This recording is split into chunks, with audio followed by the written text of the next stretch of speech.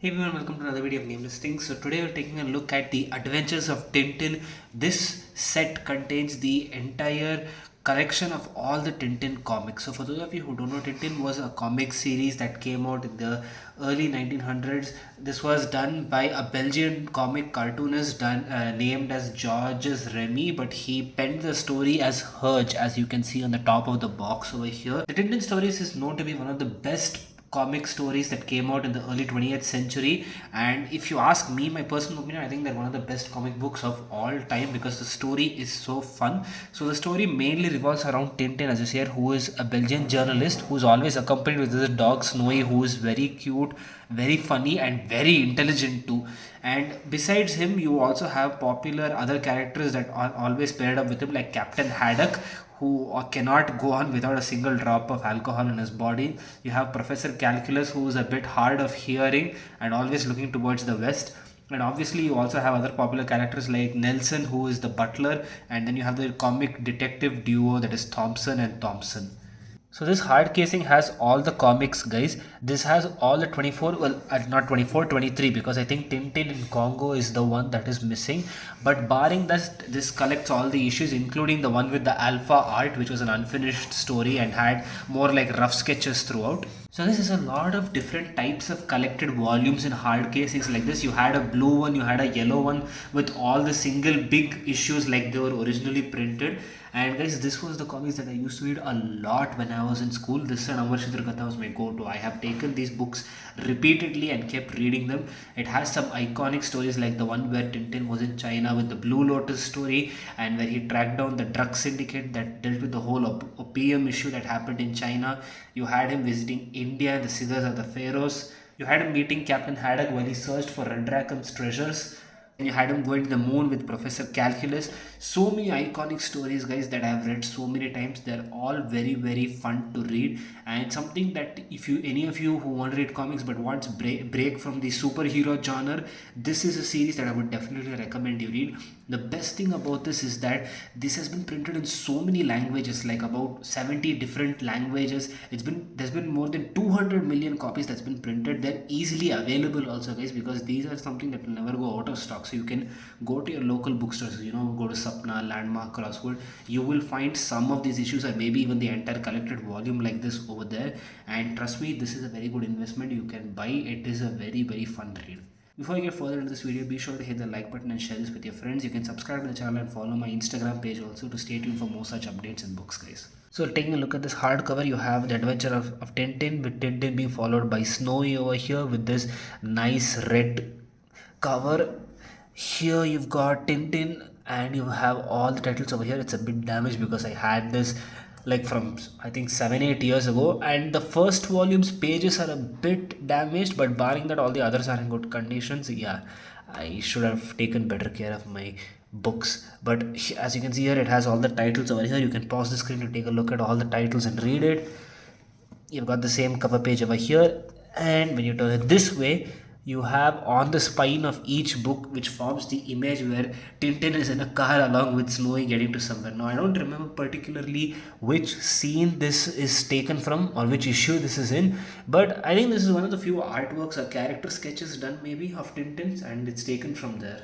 And as you can see here, there are 8 different volumes, which with each having about 3 stories in all of them. Well, the first volume has only 2 stories, but other than that, each of them have 3 stories in them.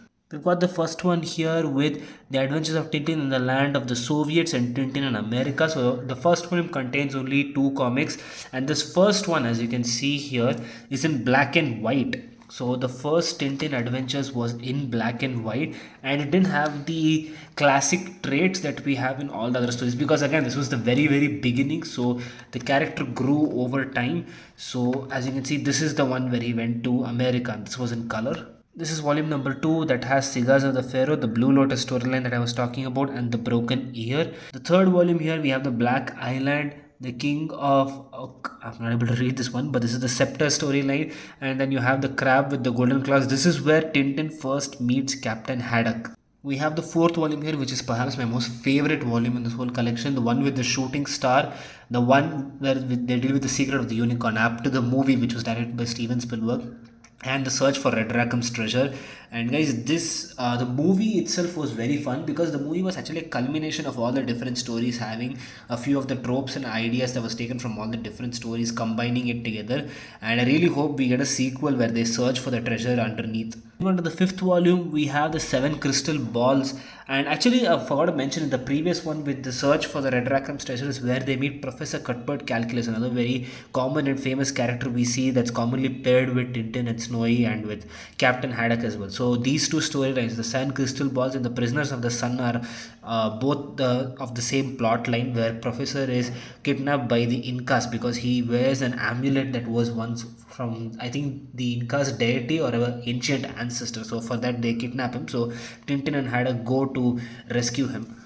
Volume 6, another very favorite volume of mine, because as you can see in this, we have Destination Moon and Explorers on the Moon, which is where Tintin, Haddock, the Thompsons, Cuthbert Calculus, they all travel to the moon and they explore over there. And there's a lot of different situations that unfold as they explore in space. So it's a very, very interesting issue and read that I had. These two and the unicorn books are something that I have borrowed from the library numerous times. With volume 7, we have the Red Sea Sharks, we have Tintin in Tibet, which is where they meet Bigfoot, and then we have the Castifier Emerald. This is more of a fun comedy compared to all the other issues, which is very intense with investigation and then finding or puzzle solving. It has that trope, but this is a bit more light on and a little leaning into the humor side. It's a nice simple tone in storytelling compared to the others. Finally, we have the last volume here, which is Flight 714 to Sydney, Tintin and the Picaros, and Tintin the Alpha Art. So that was just a quick look into each of the volumes and what stories they had. This Tintin is an amazing story which I have raved about enough throughout this whole video. But that's also because along with the very engaging story, the mysteries, the treasure hunting and all that, it's a great way to learn history about what happened in each of the different places, because quite literally they have traveled all across the world via these different stories and talked about what makes each place special, what is the kind of scene with the gangsters that was going on back then, the mafia that was going on back then. It is really fun and really cool, something that I think if could be continued in modern day by good writers who understand the characters, it can be done well. Or maybe these are classics that never need to be touched again but can be revisited always. I think if they made an animated series, perhaps on all these stories accurate to the ones that have been written, or maybe even they do a sequel to the movie like I was talking about, that would be great as hell. What do you guys think? Let me know in the comments below, and I will catch you guys next time.